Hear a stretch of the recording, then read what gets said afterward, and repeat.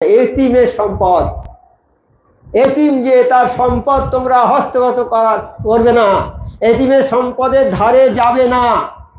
এতিমের সম্পদ হলো আগুন, যে খাবে কাল কিয়ামতের ময়দানে তার মুখ থেকে শুধু আগুন বেরোবে। এতিম, এতিম কাকে বলে? যার মা মরে গেছে, বাপও মরে গেছে, কিন্তু জমি জায়গা অনেক আছে, জমি জায়গা অনেক আছে, ছেলেরা ছোট সব। এখন আমি একটা ছোট ছেলেকে নিয়ে বাড়িতে এনে রেখেছি, যে এই এতিম, এর সম্পদগুলো আমার কাছে থাকবে, আমার নিয়ত হলে ওকে রাখবো, খাওয়াবো, ওর সম্পদগুলো সব আমি আত্মসাৎ করে নেব। এরকম লোক আছে না নেই? আছে তো বাবা, এখানে হয়তো কেউ নেই, কিন্তু আছে তো। সম্পদটা হস্তগত করার জন্য সম্পদটাকে রাখলো, জমি জায়গা চাষ করবে, সব কিছু করবে, নিজে খাবে, হিসাব রাখবে না। তারপর যখন এতিম বড় হয়ে যাবে বলবে তুমি তো এতদিন খেয়েছো এখানে, তোমার এইগুলো জমি 10 বিঘে জমি থাকে, 5 বিঘে জমি হয়ে গেছে, তুমি 5 বিঘে জমি আমাকে দিয়ে বাকিটা তুমি দিয়ে চলে, কি নাও দিতে পারে, এরকম করে আসে লোক। কি হবে তার? সে কি করলো? সে দোজখের আগুন কিনে নিল, সে কাল কিয়ামতের ময়দানে উঠবে, তার মুখ থেকে শুধু আগুন বেরোবে।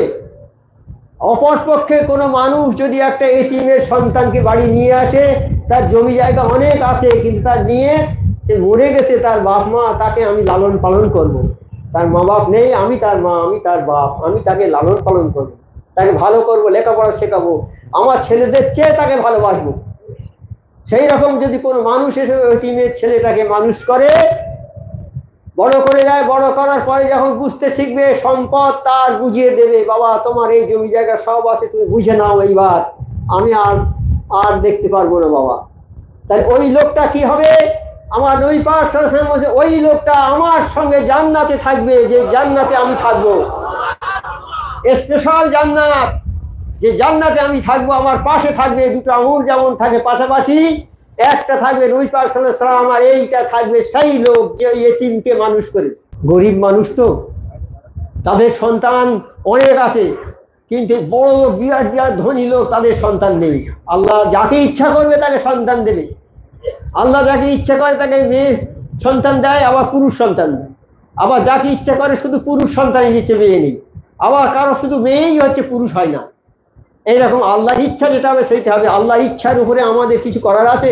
বরং আমরা চাইতে পারি আল্লাহর কাছে সবাই সমবেত হবে, ওই গালাগালি না দিয়ে সমবেত হবে, বসে যদি বলি আল্লাহ আমাদের একটা সন্তান দাও, আল্লাহ, আমার আল্লাহর অভাব আছে ভান্ডারে, আল্লাহ দিতে পারে। কিন্তু আমরা যে কথা বলি যে তোমাকে ছেড়ে দেব, তা শুনে নিন ভালো করে, যার 3টে মেয়ে, 4টে মেয়ে, 5টা মেয়ে, এখন কম করে যার 3টে মেয়ে হয়েছে, এইবার তাকে ছেড়ে দেবে, তার স্বামী বলছে, শ্বশুর শাড়ি সব বলছে তোমাকে ঝাঁটা মেরে ছেড়ে দেবো, বের করে দেবো, তোমার ছেলে হয় না। আমার আল্লাহ কি বলছে? আমার নবী পাক সাল্লাল্লাহু আলাইহি ওয়াসাল্লামের হাদিসে বলছে, যে যার ওই 3টে মেয়ে হলো, ওই লোকটা যদি 3টে মেয়েকে ভালোভাবে মানুষ করে, অর্থাৎ নামাজি পরিষ্কার করে যদি মেয়েগুলোকে মানুষ করে, নামাজি করে মানুষ করে, আর ভালো পাত্রে যদি পাত্রস্থ করে বিয়ে দেয়, ওই 3টে মেয়েকে ভালো করে লেখাপড়া শিখে ভালো জায়গায় বিয়ে দেয়, এমন জায়গায় যেমন যেখানে নামাজ আছে, নামাজ পড়ে, তাহলে কি হবে? আবার নবী পাক সাল্লাল্লাহু আলাইহি ওয়াসাল্লাম বলছেন, ওই লোকটা কাল কিয়ামতে আমার কাছে থাকবে, স্পেশাল জান্নাতে, যে জান্নাতে আমি থাকবো, সেই জান্নাতে আমি থাকবো, এই 1 নম্বর জান্নাতে। আর এই লোকটা যার 3টে মেয়ে, সে থাকবে আমার পাশে জান্নাত। সমস্ত মানুষকে আমি নিজের বন্ধু বলে আমি মেনে নেব, কোনো মানুষ আমার শত্রু নয়। কিন্তু আমরা কি করে রেখেছি? আমার ভাইয়ের সঙ্গে শত্রুতা করতে, আমার শ্বশুরের সঙ্গে আমার শত্রুতা, আমার আত্মীয়ের সঙ্গে আমার শত্রুতা, পাড়াপড়শির সঙ্গে শত্রুতা, আমরা শত্রুতা করে রেখেছি না বাবা? নেই কি? আজ ভাইয়ের সঙ্গে মামলা হচ্ছে, ভাইয়ের কোর্টে মামলা হচ্ছে মায়ের জমি নেওয়ার জন্যে, মায়ের মা নয়, ছেলে বলছে যে ও আমার মা নয়, এইরকম হচ্ছে। মা বলছে তুই কি ভুলে গেছিস, আমার এই দুধ খেয়ে তুই মানুষ হয়েছিস না? বলে না, আমি দুধ খাইনি, স্বার্থের জন্য এই সব বলেছে। তাহলে বাবা, তাহলে মানুষের মধ্যে অহংকারটা কত! মাকে স্বীকার করছে না, যে মা জন্মদাতা মা, তাকে অস্বীকার করছে, তার মানে মায়ের সম্পত্তিটা আর দেবে না, এই ছলে বলে কোর্টে গিয়ে মানে আইনের সাহায্যে মাকে করে দেবে। তাই আমার আল্লাহ বলেছেন, আমার আল্লাহ জানতেন যে তোমরা কোনো সম্পত্তি হস্তগত করার জন্যে কোর্টের দ্বারস্থ হবে না। কালাম পাকে পরিষ্কার বলা আছে যে তোমরা যারা ধনী মানুষ তারা গরিবের সম্পদটা হস্তগত করার জন্য অর্থাৎ নেওয়ার জন্যে কোর্টে যাবে না, কেস করবে না। আমার আল্লাহ জানতেন না? সব জানেন। জানেন বলেই তো এইগুলো কথা কালাম পাকে দিয়ে দিয়েছে যে তোমরা এইগুলো করবে না বাবা। গরিব মানুষ একবার যাবে সাব ডিভিশনাল কোর্ট মানে মহকুমা কোর্টে যাবে। আমাদের মহকুমা আলিপুর, তো এখন তো ওদের ক্যানিং মহকুমা হয়েছে, যার যার মহকুমা নতুন নতুন হয়েছে। যাই হোক, ক্যানিং মহকুমা এখন ওখানে কোর্ট হয়েছে সাব ডিভিশন কোর্ট। প্রথম কেস হবে ওখানে সাব ডিভিশন কোর্টে, তারপর হবে ডিস্ট্রিক্ট আদালতে, জেলা আদালতে, মহকুমার পর জেলা, তারপরে হবে হাইকোর্টে, তারপর হবে সুপ্রিম কোর্টে। এই 4 জায়গায় কেস হবে। আমি একটা জায়গায় হেরে গেলুম, আবার আপিল করলুম, ওখানে এসডিও কোর্টে হেরে গেলুম, আবার আপিল করে দিলাম জজ কোর্টে, জজ কোর্টে হেরে গেলুম, হাইকোর্টে আপিল করে দিলাম, হাইকোর্টে হেরে গেলুম। এবার আমি তো ধনী লোক, হাইকোর্টেও হেরে গেলুম। গরিব মানুষের সুপ্রিম কোর্টে যেতে পারবে না, পারবে বাবা? সুপ্রিম কোর্টে যেতে পারলো না, এই সুপ্রিম কোর্টে গেল, গিয়ে জমিটা নিয়ে নিলে। তো তুমি কি নিলে, কি কিনলে, কি তুমি দোজখের আগুনটাকে তুমি কিনে নিলে বাবা। অহংকারের কথা এইটা, মানে অহংকার। যার মধ্যে কণা পরিমাণ অহংকার থাকবে, সূচাগ্র পরিমাণ বলেছে, সূচের আগায় যতটুকু, কত মাল ধরে কিছু সূচের আগায়, যত পরিমাণ মাল একটা সূচের আগায় ধরে ওই পরিমাণ অহংকার যার দিলে আছে সে জান্নাত পাবে না, জান্নাত সে পাবে না। আর ওই পরিমাণ ঈমান যার মধ্যে আছে, সূচাগ্র পরিমাণ ঈমান যার মধ্যে আছে, আল্লাহ তাকে দোজখের আগুনে জ্বালাবে না। ডাক্তারের কাছে গেলে রোগ সেরে গেল, ডাক্তারের কাছে গিয়ে এই কথা বলা মানে শিরক করলে।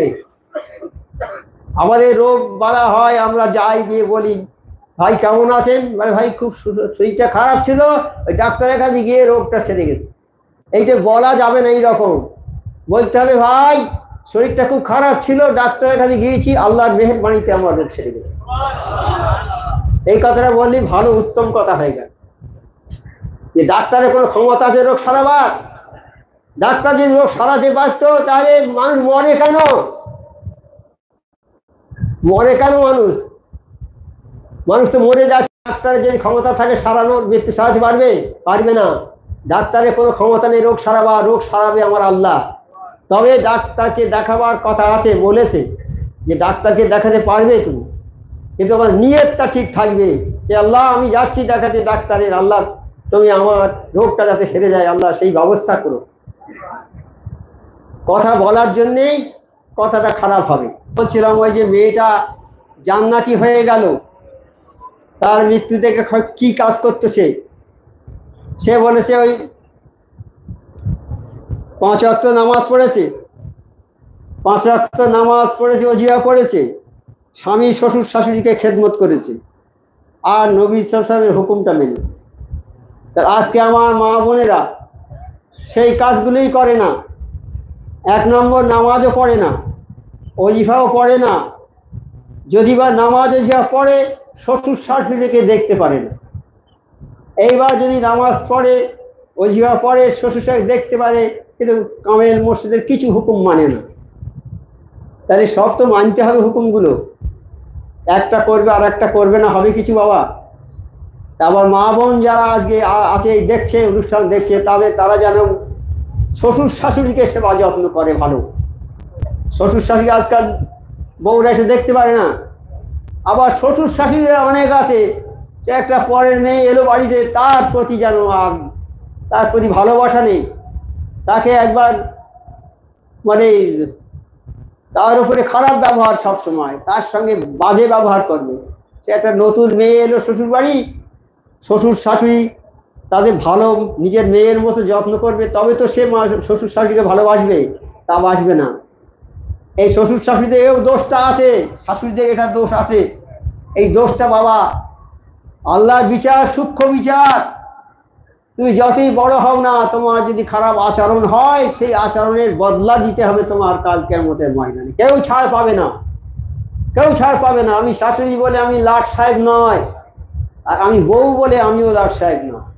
শাশুড়ি যেমন বউকে ভালোবাসবে, বউ তেমন শাশুড়ি শ্বশুরকে ভালোবাসবে।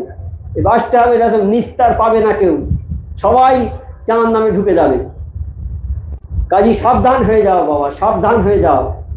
এই শ্বশুরি শাশুড়ি বউয়ের ঝগড়া এমন কোনো বাড়ি নেই যে সেখানে হয় না। এটা না হয় জানো, আজ থেকে সাবধান হয়ে যান সবাই। আর এই দরবারটা হচ্ছে পরিবর্তনের দরবার। যে মানুষ কোনোদিন নামাজ পড়ে নাই, হালাল খায় নাই, এই দরবারে ওজিফা পড়তে লাগলো এবং সুদ ঘুষ সব ত্যাগ করে ফেললো। এই দরবারে যারা এলো তারা নামাজি ছিল না, বেনামাজি ছিল, নামাজ ধরে ফেললো, 5 ওয়াক্ত ওজিফা পড়তে লাগলো, সুদ ঘুষ যা ছিল সব ত্যাগ করলো, সুদ ঘুষ থাকলো না তাদের আর। তাহলে এই দরবার কি আছে, ওজিফা কি আছে, একবার চিন্তা করে দেখুন এই দরবারটা কি আছে। নবী সাল্লাল্লাহু আল্লাহর হাবিব নবী সাল্লাল্লাহু যে ফরমাবরদারি করবে সে যেন 1,24,000 পয়গম্বরের ফরমাবরদারি করলো। নবী পাক সাল্লাল্লাহু আলাইহি সাল্লামের যে ফরমাবরদারি করবে সে যেন 1,24,000 পয়গম্বরের ফরমাবরদারি করলো। আল্লাহ বলেন আমার নবীর ফরমাবরদারি করো। আল্লাহ আবার বলেন আমার নবী যখন থাকবে না তখন নবীর ওয়ারিস কামেল ওলিয়া আল্লাহগণের ফরমাবরদারি করো। নবী পাক যখন থাকবে না তখন কামেল ওলিয়া আল্লাহর ফরমাবরদারি করো। অর্থাৎ নবীর দরবার যখন থাকবে নবীর দরবারে যাবে, নবীর অবর্তমানে কামেল ওলিয়া আল্লাহর দরবারে তোমাকে যেতে হবে। তোমার মহব্বতের জিনিস হলো আল্লাহ, রসুল ও কামিল মুর্শিদ। আমাদের মহব্বতের জিনিস হচ্ছে আল্লাহ, রসুল এবং কামিল মুর্শিদগণ। এদের সহিত ভালোবাসা রাখবে, মহব্বত রাখবে। আল্লাহ, রসুল, কামিল মুর্শিদগণকে দেখতে পাইনি, তাদের নিদর্শনগুলোকে যদি তাজিম করো, মহব্বত করো, তাহলে নবীর সহিত কিয়ামতে তোমার হিসাব হবে। নামাজ পড়েছো, আল্লাহ যদি কবুল করে তবে সওয়াব পাবে, কিন্তু তাজিমের বরাবর কিছুই নাই। যে কথাটা একটু আগেই বলে গেলাম, তাজিম করা, সামান্য তাজিম হাজার হাজার নফল ইবাদত অপেক্ষা উত্তম। সামান্য তাজিম, একটু তাজিম করবে তুমি সুফি আজম গাজী রহমতুল্লাহকে, ও একটু তাজিম করবো আমরা সুফি আজম গাজী রহমতুল্লাহকে, তার দরবারকে, ওজিফাকে, ওর সুকুলকে, তুমি হাজার হাজার শহীদের সমান সওয়াব পেয়ে যাবে। নামাজকে যারা হেফাজত করেছে তারা বেহিসাব জান্নাতি। নামাজকে যারা হেফাজত করেছে, সুফি আজম গাজী রহমতুল্লাহ মুরিদগণ নামাজকে হেফাজত করেছেন। সুফি আজম গাজী রহমতুল্লাহ মুরিদগণ নামাজকে হেফাজত করেছেন। তারা যেখানেই থাকবে, ট্রেনে, বাসে, এমনকি 80 ফুট ভাড়ার উপরে অজু করার কোনো উপায় নাই, তৈমুম করে তারা নামাজকে আদায় করছে। সুফি আজম গাজী মুরিদরা এটা করে তো নাকি? নিশ্চয় নিশ্চয় নামাজকে যারা হেফাজত করেছে, নিশ্চয় নিশ্চয় নামাজকে যারা হেফাজত করেছে তারা বেহিসাব জান্নাতি। তোমার রোগ বালা বিপদ পেরেশানি থাকবে, নামাজ ঠিক মতো হেফাজত করবে, রোগ বালা বিপদ আসবে কিন্তু কোনো আসর করতে পারবে না। মানুষের জীবনে বিপদ আপদ সব কিছু থাকবে। নবী পাক সাল্লাল্লাহু আলাইহি সাল্লামের জীবনে কত বিপদ এসেছে, কত লোক, কত বিপদ এসেছে, বাড়ি ঘেরাও করেছে, মারতে গেছে, বলে হে নবী তুমি নামাজ দিয়ে সংগ্রাম করো। বলেনি নবী তুমি বন্দুক নিয়ে গুলি করো, বলেনি। আল্লাহ বলেছে তুমি নামাজ দিয়ে সংগ্রাম করো। আর এই নামাজের বদৌলতে তার সমস্ত বিপদ আপদ আল্লাহ দূর করে দিয়ে। রোগ হলো, ডাক্তারের কাছে গেলে রোগ সেরে গেল, ডাক্তারের কাছে গিয়ে এই কথা বলা মানে শিরক করলে। আমাদের রোগ বলা হয়, আমরা যাই গিয়ে বলি ভাই কেমন আছেন, মানে ভাই খুব শরীরটা খারাপ ছিল, ওই ডাক্তারের কাছে গিয়ে রোগটা সেরে গেছে। এইটা বলা যাবে না, এইরকম বলতে হবে ভাই শরীরটা খুব খারাপ ছিল, ডাক্তারের কাছে গিয়েছি, আল্লাহর মেহেরবানিতে আমার রোগ সেরে গেছে। এই কথাটা বললি ভালো, উত্তম কথা হয়ে গেল। যে ডাক্তারের কোনো ক্ষমতা আছে রোগ সারাবার? ডাক্তার যদি রোগ সারাতে পারতো তাহলে মানুষ মরে কেন? মরে কেন মানুষ? মানুষ তো মরে যাচ্ছে। ডাক্তারের যদি ক্ষমতা থাকে সারানোর, মৃত্যু সারাতে পারবে? পারবে না। ডাক্তারের কোনো ক্ষমতা নেই রোগ সারাবা, রোগ সারাবে আমার আল্লাহ। তবে ডাক্তারকে দেখাবার কথা আছে, বলেছে যে ডাক্তারকে দেখাতে পারবে তুমি, কিন্তু আমার নিয়তটা ঠিক থাকবে যে আল্লাহ আমি যাচ্ছি দেখাতে ডাক্তারের, আল্লাহ তুমি আমার রোগটা যাতে সেরে যায়, আল্লাহ সেই ব্যবস্থা করো। কথা বলার জন্যেই কথাটা খারাপ হবে। হ্যাঁ, সেই জন্য বলতে গোনা, শিরকের গোনা আল্লাহ মাফ করবেন না। তোমার মুখ থেকে এমন একটা কথা বের হলো তো যার জন্য তোমার সব নষ্ট হয়ে গেল। যেমন আজাজিলের হয়েছিল। আজাজিল কি বলেছিল? যে আমি আদমের চেয়ে বড়, শুধু এই কথাটা বলেছিল, আর কিছু বলেনি। না টাকা পয়সা লুট করেছে, কিছু করেছে, না মেরেছে, কিছু করেনি, শুধু বলেছে আমি বড়। মানে এটা অহংকারের কথা। এইটা মানে অহংকার। যার মধ্যে কণা পরিমাণ অহংকার থাকবে, সূচাগ্র পরিমাণ বলেছে, সূচের আগায় যতটুকু, কত মাল ধরে কিছু, সূচের আগায় যত পরিমাণ মাল একটা সূচের আগায় ধরে, ওই পরিমাণ অহংকার যার দিলে আছে সে জান্নাত পাবে না। জান্নাত সে পাবে না। আর ওই পরিমাণ ঈমান যার মধ্যে আছে, সূচাগ্র পরিমাণ ঈমান যার মধ্যে আছে, আল্লাহ তাকে দোজখের আগুনে জ্বালাবে না। তাই কত পা হিসাব করে ফেলতে হবে আমাদের। অহংকার ত্যাগ করতে হবে বাবা, অহংকার ত্যাগ করতে হবে। অহংকার ওই রকম থাকলে, অতটুকু পরিমাণ অহংকার থাকলে জান্নাতে যেতে পারবে না। তাহলে আমরা আজ থেকে অহংকার বলে কিছু আছে সেটা ত্যাগ করব। অহংকার যখন ত্যাগ করবে দেখে সব তরবারি হয়ে যাবে কাষ্ঠের তরবারি। আর আরববাসীর আগে যুদ্ধ করতো, সবাই এক একটা গোত্র থাকতো, সবাই তরবারি চালনা করতো। তরবারি ছোটবেলা থেকে তরবারি শিক্ষা দিত, যুদ্ধ শিক্ষা দিত। তরবারি থাকবে, দুটো দুটো গোষ্ঠী যখন দ্বন্দ্ব বেঁধে যাবে ওই তরবারি চালাবে সব, হ্যাঁ খুন যখন হয়ে যাবে, এইরকম ছিল। তো যদি যখনই আমরা হিংসা আমাদের মধ্যে থাকবে না, যখন আমরা হিংসা ত্যাগ করবো, ওই তরবারিগুলো তখন আর তরবারি থাকবে না, ওগুলো কাঠের তরবারি হয়ে যাবে। তখন আর কেউ চালাবে না তরবারি, ফেলে দেবে দূর করে। নয়তো আমাদের মধ্যে ঈমান থাকবে না। অহংকার যখন ফুচি থাকবে তখন আমরা লাঠি বন্দুক নিয়ে বেরোবো লোকের মারার জন্য। অহংকারটা যদি না থাকে তাহলে ওসব নিস্তেজ হয়ে যাবে, ওর কোনো মূল্য থাকবে না, লাঠির কোনো মূল্য থাকবে না, ওই বন্দুকের কোনো মূল্য থাকবে না। আমার আল্লাহ বলে দিচ্ছে তো সব কিছু, যে আমরা এই নিরহংকার হব। এটা যে সপ্তাহে উদাহরণ। আজাজিল 6 লক্ষ বছর ইবাদত করেছে, তার কত বড় পোস্ট একটা ছিল, ফেরেশতাদের সর্দার। যে ফেরেশতারা লক্ষ লক্ষ বছর ইবাদত করছে, আল্লাহ লক্ষ লক্ষ বছর ইবাদত করছে ফেরেশতারা। এই ফেরেশতাদের চেয়ে তাদের হেড করে দিয়েছে, ফেরেশতাদের সর্দার করে দিয়েছে আজাজিলকে। কিন্তু তার মধ্যেই অহংকার আছে, অহংকার ছিল যে আমি আদমের চেয়ে বড়। যখন আল্লাহ বললো সেজদা করতে, বললো না আমি সেজদা করব না। আল্লাহ বললে আমি তো সেজদা করতে বলি, আদমকে সেজদা করতে বলেছি, করলে না কেন? বলছি আদম আমার চেয়ে ছোট, আমি সেজদা করবো কেন? আল্লাহ বলেন কে ছোট?